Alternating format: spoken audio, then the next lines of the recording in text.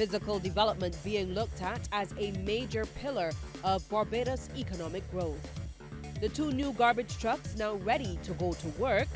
And in sports, centuries from Holder and Dowrich set up the Windies for a win. Credible, balanced, committed. This is the CBC Evening News. And a very good evening too. I'm Lisa Lord with the CBC Evening News. And our top story, Barbados will be looking to make physical development a major pillar of economic growth for the country. Prime Minister Mia Amor-Motley says the Planning and Development Bill 2019 is one of the non-fiscal plans for triggering economic growth on the island. Speaking during debate in the lower house this morning, the Prime Minister says while her government has been stabilizing the economic bleeding, it understands there must be a parallel path for growth. That parallel path to trigger growth will come from a combination of policy intervention and legislative intervention, which are non-fiscal. It will come from fiscal measures, such as the capital works that we choose to do as a government. It will come from decisions, as we have done, to establish Barbados as a medical and educational hub. And if anyone does not believe that the inclusion of Ross University with 1,500 students and 100 and something faculty will not bring growth to this country, then I don't know where they are living. Now, one of the key points of the new bill is making the process of getting approvals from the Town and Country Planning Development more accommodating.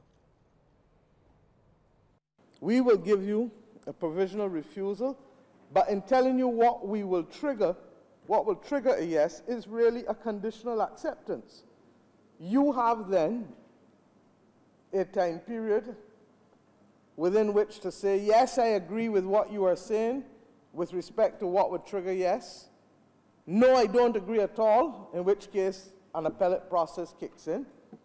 Or, yes, I agree, but I really would like to have a conversation because I feel that I would like to find out from you what to do with A, B, and C, in which case the planning department then has 28 days within which to have that discussion with you after you have 14 days to decide when you receive the conditional acceptance. Well, Transport and Works Minister Dr. William Duguid says the legislation makes it much easier for approvals to be made within a matter of weeks rather than years. He says before, applications for developments could take between 3 to 8 years for approval. But now these lengthy delays will be a thing of the past, and this will encourage investors and development. I saw time limits, where did I write it? 12 weeks, everything else must be done within 6 weeks. You know, those are the things that developers want to see. The things that we know that once I have not only that it will be done within a period of time, once my application is complete, that I expect to see a return within that time. But more importantly, that the transparency, that if I have a grievance or if I have to appeal, it will go to the tribunal and be heard within a speedy period of time. These are the things that developers want to see. Meantime, Minister in the Ministry of Economic Affairs, Marcia Cattle, says the legislation must work in conjunction with the island's physical development plan. She says that great care has been taken to make sure that the process is as transparent as possible. So Part 3 of the second schedule, which relates to the physical development plan, looks at comprehensive development planning, providing for comprehensive development planning at the intermediate and local levels, so local area planning, community planning, heritage area planning, the control of land by zoning or designating specific land uses, regulating the layout of housing areas, including density, spacing, grouping, and orientation of houses. This is not about individual buildings. And in his contribution to the debate, opposition leader Bishop Joseph Atherley says Barbados has a crisis with access to water as well as its sewage and sanitation. When the water resources are threatened, food security is threatened. If you have a sanitation and a garbage collection crisis occurring at the same time that you have problems with your water system, you have big problems. That's all I'm trying to say. Now, you can't say we don't have a sanitation crisis. I don't mean to attack my honorable friend again from St. Michael East. But when you go to the port at midnight to receive 2 small garbage trucks coming in on a big boat in Barbados in 2019, it means that we are at the level of crisis. If that is a big thing. And in direct relation to the Planning and Development Bill 2019, Bishop Anthony says that future planning must make provisions for the island's aging population and other vulnerable groups. Our planning frames must take into account that there is a growing number of physically challenged people in Barbados today, with all the strokes and so forth with which we are now faced. Planning must take that into account. Well, Barbados is no longer under threat of a negative listing by the Organization for Economic Cooperation and Development, the OECD. Minister of International Business and Industry Ronald Topping made the disclosure during an international tax conference with stakeholders in New York. Minister Topping said his ministry had received confirmation from the OECD that it supports legislative changes enacted by the Parliament of Barbados in December as a response to the Base Erosion and Profit Shifting, or BEPS, initiative. A team comprising Director of International Business Kevin Hunt, Principal Legal Officer Amanda Osolo, and Special Advisor to the Government on International Business Ben Arundel presented Barbados's position to the Forum on Harmful Tax Practice in Paris, France from January 9th to the 11th. Well, the Bishop designate for Barbados will be consecrated in a ceremony tomorrow afternoon.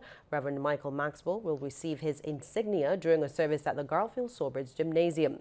Diocesan Administrator Canon Wayne Isaac says it will be a very significant occasion. Coming to it will be the bishops from the West Indies. We have about 15 of them who will be coming for the consecration. Also, this year, the diocesan choir, we have about 250 persons who are going to sing in the choir, which is a large choir. And we're using the mass called the Judy Bailey Mass, which was written by a Barbadian who came from Holy Trinity Parish, and now she lives in Germany. And on Monday, the Bishop designate will be enthroned as the 14th Bishop of Barbados during a service at the Cathedral Church of St. Michael and All Angels. Dean of the Cathedral, the Very Reverend Jeffrey Gibson, explained some of the traditions that will occur at that service. The Bishop will be led in procession to the west door of the cathedral, where he will announce his presence by knocking on the door 3 times and requesting to be admitted into his cathedral church to be installed, instituted, and enthroned as the Bishop of the diocese. Well, the 2 new garbage trucks, which arrived in Barbados a few weeks ago, are officially ready to hit the road. Simpson Motors handed over the keys for the 2 Mitsubishi small refuse collection compactors during a ceremony at the Sanitation Service Authority's Wilde Depot this morning. Our Sharika Griffith was present and filed this report. In just a few hours, these new garbage trucks will officially be ready for service. They bring to 17 the total number of working trucks which the Sanitation Service Authority has. That accounts for roughly half the number of trucks they need to adequately service the garbage collection needs of the country. You may recall the trucks arrived in Barbados just after midnight on January 3rd. Earlier this week, Minister of the Environment Trevor Prescott announced that 5 more trucks would be arriving by the end of next month. He's defended the decision to do this gradually instead of bringing in all the trucks at one time. We're not going to rush to bring in 60 trucks, 70 trucks one time, and then we end up with 60 trucks with major defects one time as well. I bring in 2, you will have 2 more shortly. By the middle of next month, you will have 2 more. Is that right? Yeah, we have 2. Yeah. And then by the end of that month, you have 3 more. And trust me, shortly after that, we will bring in another 15 trucks so that the staff here at the sanitation department can have the kind of machinery available to them so they can do the work for the people of Barbados and their children. Minister Prescott also sought to clear the air about the type of arrangement under which the trucks which came from Japan were procured. This is no lease agreement, and I would not be here on this one. This is about ownership. These trucks belong to the people of Barbados. These trucks will be paid for with the taxpayers' money, and that is why we had to put on the special fee on the Barbados Water Authority in order for us to bring in the kind of revenue that was needed for us to restore the sanitation department to the standards that is accustomed to. The new trucks, like the larger versions, will be operated by a driver and 2 loaders. They are outfitted with rear-view cameras and can carry up to an estimated 6 tons of garbage at a time. Acting manager of the SSA, Janice Jones, says the routes for the new trucks have already been determined. These will be placed in the City East and the City West, which is St. Michael's and parts of Christchurch, and they were also going to help some areas in St. George. These areas usually present a challenge for the larger trucks. Sharika Griffith, CBC News.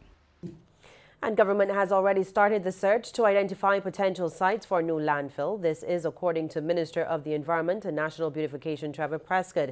He says that this is necessary since the Mangrove Pond landfill is nearing the end of its life expectancy. The estimated working life is about 3 to 4 years. More. But we are already in the process of looking at alternatives. Obviously, we have plans for waste-to-energy approaches, and we're talking to a number of private institutions how they can use what we call as waste in order to reduce the energy costs in those operations. And Minister Prescott says that the new waste-to-energy approach, coupled with other initiatives like the ban on petrol-based plastics announced on Tuesday, are all in an effort to protect the environment. While a former Prime Minister and economist is predicting that the island's economy will decline this year. Owen Arthur shared the observation while analyzing the BERT program at a recent Solis policy lecture. The Barbados economy will experience decline in 2019. In addition, the financial contribution of the IMF to our rescue will amount not to 435% of quota, far less than that ought to come not from an extraordinary program, but from a normal program. The challenge, the message in all of this, no growth, underfinancing by the IMF, is that the IMF regards this as a problem for the people of Barbados. And Mr. Arthur also contends that the effects of the current arrangement with the fund could last for several decades. With this in mind, he thinks consideration should be given to reducing the amount of imports. Article 12 of the General Agreement on Tariffs and Trade of the WTO sets out that a country facing significant balance of payments problems may restrict the quantity or value of merchandise permitted to be imported, subject to the provisions of Article 12 itself. And all of the provisions that follow are relevant to Barbados' circumstances. I know about the next one myself, because they have to put it in place. Similar relief and safeguards for countries experiencing balance of payments difficulties are available to Barbados under Article 43 of the revised Treaty of Chaguaramas. Well, critics who have been poking holes in government's BERT program are being urged to give it time to work. Economist Professor Winston Moore says the program is only in its first phase and will not be a quick fix to the island's economic woes. The IMF program is not a long-term adjustment strategy. We have long-term strategies in various ministries across the country. The IMF program was put in place to address our short-term fiscal and balance of payments problems. So therefore, when you see the IMF program focusing on the fiscal indicators, the reason why that is the case is because the fiscal position at that time was so precarious and the external position at that time was so precarious. We really didn't have the flexibility to say, hey, I want to focus a bit more on these structural issues. And Professor Moore adds that the BERT program also contains some good targets which would be beneficial in the future. The program also has a number of structural benchmarks and structural targets that I think will be quite good for the island in the long term. And some of these targets don't get a lot of press, but I think they would be quite useful if they're put in place. One of the things that we're supposed to implement by 2020 is a fiscal rule. And essentially what this means is that the government, both this administration or any future administration, will be limited in terms of what it can do, and it will be limited in terms of running up a relatively large public debt. And we're going live now to Parliament, where Prime Minister Mia Amor-Motley is giving an update on regional and local security matters. I want to repeat myself, not about here. And if that is what they want to do, then they must understand that we love every Bajan, but you're going to feel the full weight of the law, because what is at stake is our way of life. And Barbados is not going to be held hostage by people who want to terrorize ordinary people walking up and down through the street, ordinary people moving about the community. And why? And the Commissioner and others were absolutely correct, and the newspaper today, that this war of it, a turf war between people living here and across there. Now, how can people living here and across there terrorize the whole country? But the Commissioner has given me the assurance, as has the other operational men, that they too feel not about here, and that it will be dealt with, because Barbadians must not be held hostage in their own country. And as long as we are here, we are going to do right. I have no interest in any political participation in the force. I have no interest in any special pleadings for anybody to be promoted on gender or any other criteria in the force. The only reason for promotion in the Barbados Police Force must be integrity, performance, and discipline. And that every police officer is our first responder, every customs officer, every immigration officer. And if persons find it difficult to live by those rules, then I suggest that they ask for a transfer or a retirement. Because what goes forward from here on in will be an environment that does not reflect the absence of functioning and discipline. And it's just not just the police force. We just met with the customs too. There are systems that have not been dealt with. You can ask the other officers in here for 10 years, 12 years, 9 years. Protocols that have not been updated. Information that has not been done, such that no wonder the Commissioner complained about the ports of entry. And all of these things we are now having to take control of. And if there's one regret I have, is that perhaps I should have taken control of it from day one, but I was focused on the economy fully and the debt. But rest assured that the government's full attention, and that is why both the Minister of Home Affairs and the Attorney General have been tasked to be able to carry the weight that they need to carry, and to ensure that the government is in a position, just as I did on a previous occasion, to say to Barbadians, you must be able to walk your country safely. And if there are people who want to challenge that, I can't tell you whether it will be resolved in a day, a week, a month, a year, or two, but it will be resolved, because this country is not going to be taken or held to ransom by people who otherwise cannot do better. Our responsibility as a government, I've laid out in terms of funding, legislatively, operationally, law enforcement, social services, etc. But understand this, and I say this to Mr. Pisa and others who want the details of a plan. Take some advice from somebody who is a little experienced like me. Nobody who is in law enforcement comes and reveals their plan. It is like a Bajan playing dominoes, pulling a hand and skinning up the hand on the table and say, well, let me play. So that all they do is to reveal to the public their lack of experience, and what the country must be assured of is that these goodly gentlemen have things under control.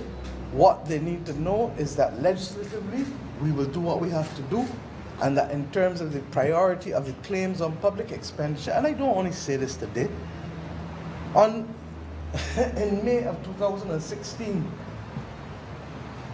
the government, the party to which I belong, laid a document out called the Covenant of Hope. And on page 26 of that, it lays out the principles of fiscal governance. And the first claim on public expenditure, we state then and continues to be law and order. And therefore we accept that those things that are necessary, and it hurts me, that things that the police force needed and the Customs and Port Authority needed for the last couple of years, do you know that they've been ignored? The Customs Department is significantly short because there were no appointments made to Customs for the last 5 years. And we then begin to wonder what condition Barbados was in. I am here to tell the country that we can't solve it overnight because there's no magic wand, but we can solve it day by day and week by week and month by month, and we've agreed to do so.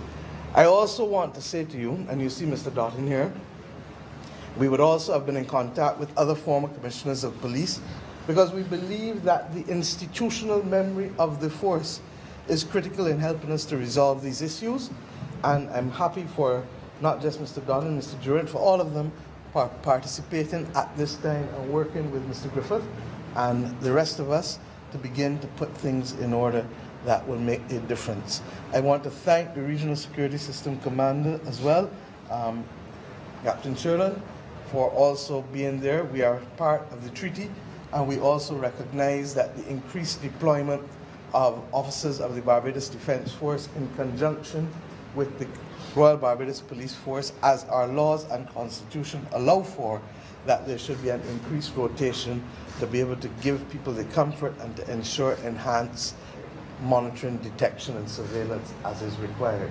I'd like to ask the Attorney General and the Commissioner to address you on any matters that they Thank you very much, Prime Minister. Just a few words to follow on from the Prime Minister. Good meeting. As the Prime Minister said, we're not be able to divulge any operational details, but suffice it to say that the Royal Barbados Police Force is out in force to try to wrestle this issue to the ground. We've asked the members of the force themselves to join us in the sacrifice. It's not well known that they've been asked to and have given up 2 off days out of every month so as to make sure that the Royal Barbados Police Force has more bodies, more man-hours available to help to deal with this issue.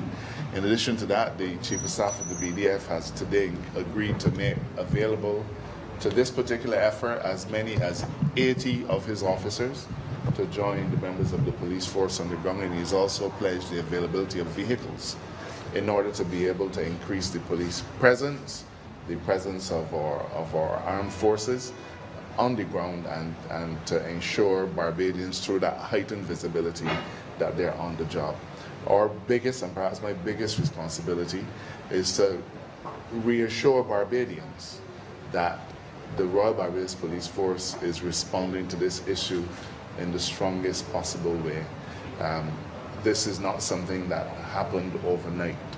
The scourge of gun violence has been allowed to go unarrested for the past decade, and we are now reaping the whirlwind, so to speak. But it is a whirlwind that I believe, with the proper resources, the proper institutional strengthening, that we'll be able to accomplish its resolution. Former Commissioner Doughton is an individual who is well known to the Barbadian society, and I believe that he has a very stellar record as a former Commissioner of Police, and it is regrettable that he's found himself suffering at the whims and fancy of a political organization that did not care about the force. I'm happy to say that I've been advised by the senior counsel who is acting on behalf of the government, that in truth and in fact that the case against who was retained by the last administration, that the case against former Commissioner Dotting has absolutely no merit and had virtually no chance of success. And I believe that this will be an opportunity for us to welcome the former commissioner back into the area of lending his great skills to helping us to deal with this issue. The current commissioner has welcomed him and welcomed the advice of the former commissioners, because we recognize that many of these issues have presented themselves to the Barbados Society in the past. Former commissioners would have dealt with people like Woggy and Harding and so on. And so these kinds of spikes are not unknown to Barbados. But perhaps more importantly, it is a demonstration of the fact that every single Barbadian, former police officers, every single Barbadian has an opportunity and a role to play in dealing with these issues. The Prime Minister, as I've indicated previously, has agreed to commit further financial resources to the Royal Barbados Police Force so as to enhance their capability in dealing with these issues. The force is on the job. I think we don't want to speak too soon, but I think we've begun to see some results of intelligence-led operations, and it is a great benefit that we have had the offer from the RSS and the region that they would also support us in dealing with this issue. The Prime Minister and the Attorney General have said it all. I would just want to reassure Barbadians that the Royal Barbados Police Force will make sure that their safety is well in hand, and that they are free to enjoy the entire country of Barbados without having to worry too much. I can assure you that the members of the Royal Barbados Police Force had indicated that they are going to do everything in their power to ensure that they wrestle the matter to the ground, and so Barbadians should not, I'm not saying they should not be concerned, but they should feel safe to move around. I would take this opportunity to also to seek Barbadians to be civic-minded and give whatever information they can give to the police. We cannot do it alone. We need all Barbadians to come together and support us in our fight against this outrageous crime. Thank you. Thank you. What I would like to say before taking one or two questions, that I really do want to commend the police. The AG made the point that we've already started to see some signs of success. And Commissioner, we want to thank you and to thank your officers also for agreeing to give up the additional 2 days per month. The bottom line is that I have been around long enough to know the spikes in crime that we've had. And generally speaking, we were able in the early 90s, we went through a rough period. By the end of 2006-07, we had reduced burglaries and robberies to 1/3 and 1/4 of what they were in the 1990s. And while I haven't checked recently, Commissioner, I suspect that they are still below the numbers that there were in those early 1990s. What has risen is automatic weapons. And I believe in October, in speaking to the country, and I certainly remember your newspaper leading with it, I indicated then that there are 3 things in life that I don't like and don't want around me: hurricanes, earthquakes, and automatic weapons. So that when I speak in the terms in which I speak about the guns, Barbadians need to know that we are serious about it. Guns are not part of our culture. And men and women don't need a gun to make them feel like a man or a woman. All they do is to kill people and to hurt and maim people. And the last time I checked, when you're dead, you're dead. There is nobody here in Barbados or elsewhere in the world that can bring back the dead. And we see the same young people and their families cry tears, buckets of tears. But it is too late. It is too late. And I can only appeal to the country, to families, to the priests. We have agreed that next weekend, not this weekend, that we will have a weekend of prayer. not because we believe that it will solve anything by out of magic or that faith alone will solve things, but we feel that people need to reflect on where we have come and where we are and what are the things in this society that we need to look at and see how best we can treat to it. And then we need also, yes, to send up prayers because there is value in faith as well. But we need to be able to understand that all of us are in this together. And we are getting the country at this point. We are beginning to see the changes in the economy. We are beginning to see the things for which people are sacrificing beginning to turn around and to make a difference.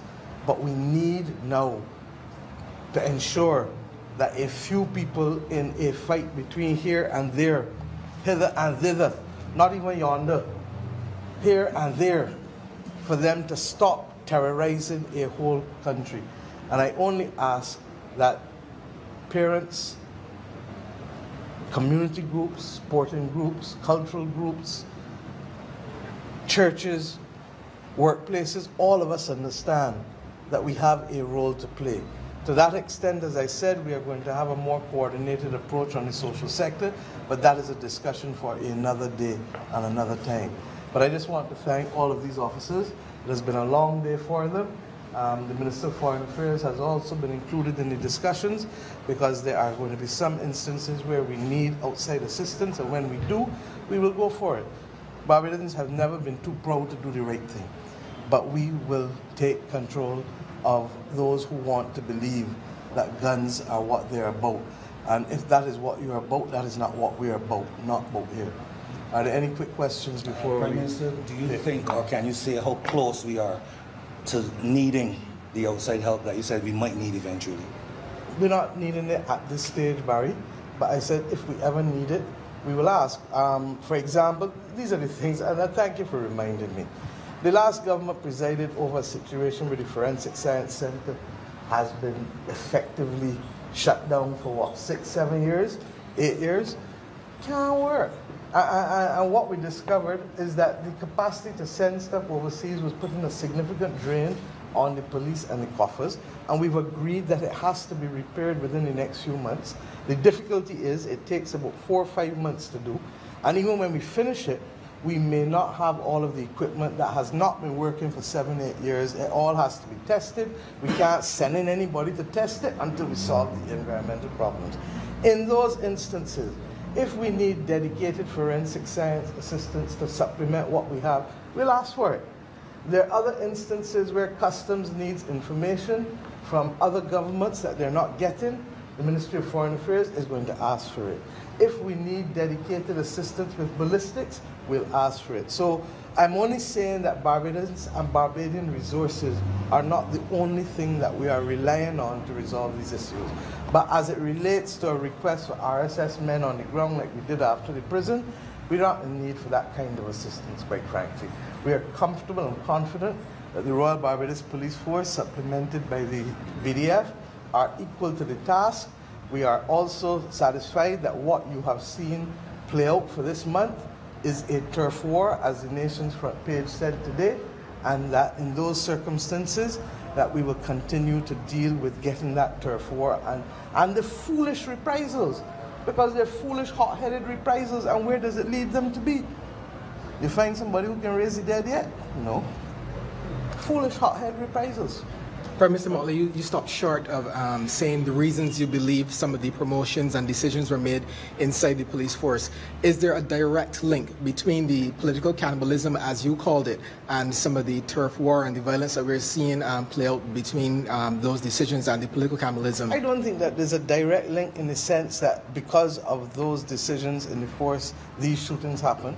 But what has happened is that the force is not as strong as it could otherwise have been and should otherwise be. And therefore, you're asking men and women to work in circumstances where they're not performing at their optimum levels because they're not being given the opportunities so to do. And because, I feel for 2 commissioners of police. How do you lead a disciplined force? You, in good conscience, send up recommendations. The others here can answer whether any previous Attorney General ever interfered. Go and ask any of the previous commissioners of police as well in anything called appointments or promotions. Dale was one too.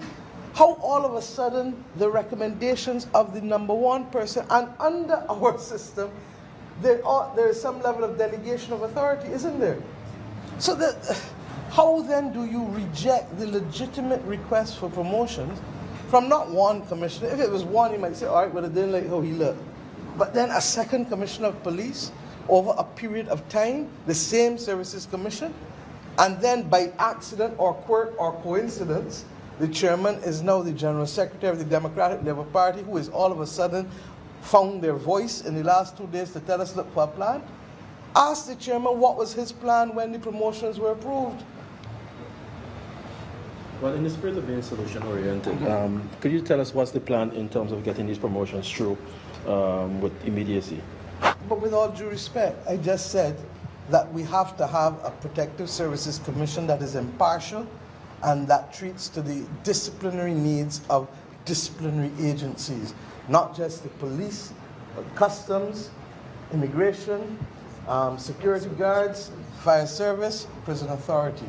And the Ford Constitutional Review Commission, chaired by Sir Henry Ford, and having other eminent former Barbadians, attorney generals on it, recommended that we establish a protective services commission.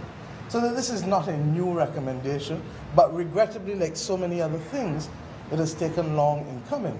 But the paper, the initial paper, has come to cabinet. The drafting is now with the Chief Parliamentary Council. And even though we expect and anticipate to do general reforms of all of the Services Commission, because in fairness, what you have in Barbados is that you have large,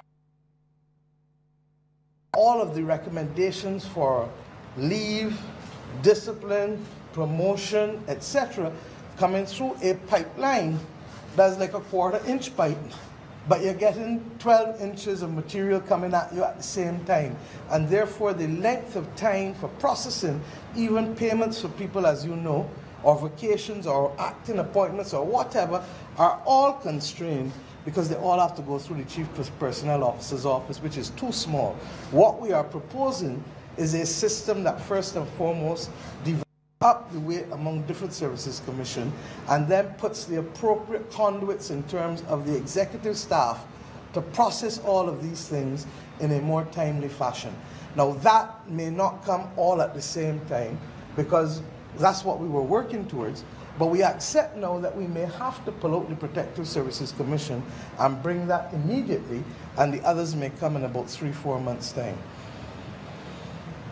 Any others? Thank you very much. And I want to say that I would much rather have been at Kensington Oval today congratulating Barbadians, young Barbadians, for the amazing, amazing performances of the last few days. And in particular, Jason Holder, who has been the recipient of all kinds of commentary over time. But to have had to miss his double century that has not out was perhaps my greatest regret of today's proceedings. Everything else, however, went in accordance with plan. And I hope tomorrow that I can get to Kensington to at least hug him and Kemar Roach and tell them I'm not waiting till the victory to hug them. Thank you very much. The nation just got an update on how the authorities plan to deal with the current crime situation locally. Some of the key points, Prime Minister Mia Motley stated clearly that Barbadians will not be held to ransom by criminal elements. She said that the police force, customs, the Barbados Defence Force and all other local law enforcement agencies, as well as those regionally, have been engaged. She says that they have also sought the expertise of former commissioners of police. She says that next weekend will be designated as a period for prayer. The Attorney General, Dale Marshall, meantime, says that the police force will be boosted by soldiers from the BDF and additional financial resources will be placed at their disposal to tackle pockets of crime. The Commissioner of Police, Tyrone Griffith, told Barbadians to feel safe as they move across the island.